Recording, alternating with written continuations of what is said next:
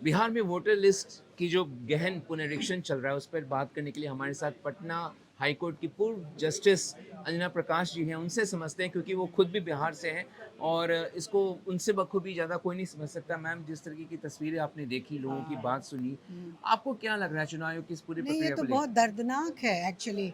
और ये समझ में नहीं आ रहा है कि ये किया क्यों जा रहा है। ये जो पूरा प्रक्रिया है किसके बेनिफिट के लिए है। ये लोगों को मतलब तकलीफ देने के लिए है या लोगों को बेनिफिट के लिए है। क्योंकि देखिए, एक चीज़ हम लोग को याद रखना पड़ेगा कि हमारा कॉन्स्टिट्यूशनल राइट है to vote once I become 18 age a citizen of India. तो आप है ना, वो सिटीजन, वो मेरा राइट लेना चाहते हैं आप क्या? ये अपना एक्सरसाइज करके कि सिर्फ यही डॉक्यूमेंट्स है, वही बताएगा कि आप वोटर बन सकते हैं कि नहीं। अगर वो यहाँ पे लिंक कर दिया उन्होंने सिटीजनशिप का और वोटर का, कि आपने है ना लिंक कर दिया कि आप वोटर अगर हैं तो ऑब्वियसली आप सिटीजन हैं, तभी वोटर हो सकते हैं। वोटर हैं चूंकि आप सिटीजन हैं। तो ये जो दोनों चीज़ का जो डुअल इन लोगों ने कन्फ्यूजन किया है ना, वो बहुत डेंजरस है। मैम, ये इलेक्शन कमीशन के पास लेकिन ये अधिकार कहाँ से आया कि वो सिटीजनशिप लोगों की मांग? एग्जैक्टली वो उन्होंने जो अपना सर्कुलर निकाला, उन्होंने खाली यही कहा कि हमारा ये दायित्व बनता है कि हम इम्पार्शियली सब कुछ करें, बहुत फेयरली करें, और सिर्फ वोटर ही लोगों को राइट हो। इसमें तो कोई कोई मतलब है ना, कोई इसके कंफ्यूजन का कोई गुंजाइश ही नहीं।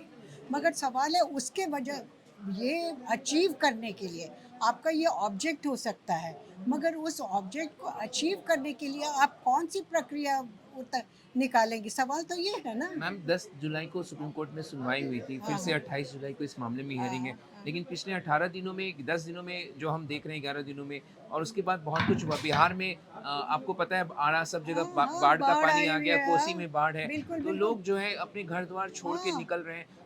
जो नहीं, गरीब नहीं, और लोगों से कैसे लोग समझते हैं कि ऐसे में आदमी कोई अपना वोटर वोटर बने या ना बने, वो प्रायोरिटी होगा। अरे सवाल है कि अपने पहले वो जान माल बचाएगा, तब तो वो इस पर जाएगा। ये चीज़, ये बेसिक जो चीज़ है, रोटी कपड़ा और मकान वाली बात होती है कि उसके बाद ही ना एयर कंडीशनर आएगा, उसके बाद ही ना कुछ और आएगा।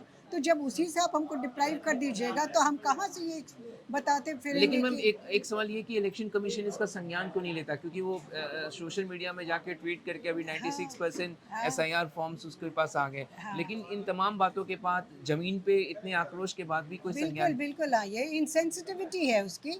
और हमको ये समझ में नहीं आ रहा है कि वो इसको क्यों एडवर्सेरियल समझ रहे हैं। देखिए, अगर कोई राज्य का नेता होता है, आप क्या उससे एक्सपेक्ट कीजिएगा कि वो अपनी जनता का अपना दर्द समझे ना।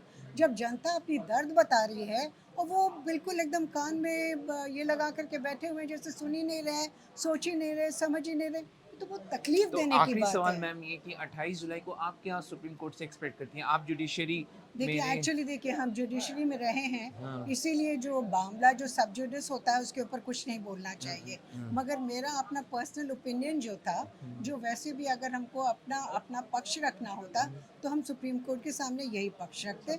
इतना ही भर बोल सकते हैं और इससे शुक्रिया ज़्यादा मैम। प्रॉपर नहीं होगा शुक्रिया बोलना। मैम हमसे बात करने के लिए। थैंक तो यू। रिटायर्ड जस्टिस संजना प्रकाश, उन्होंने साफ तौर पे हमें बताया कि इसको लेकर ज़रूर चुनाव आयोग की जो उदासीनता है वो सुनने को तैयार नहीं है। उस पे कहीं न कहीं उनको सुनना चाहिए कि आखिरकार ज़मीन पे बिहार में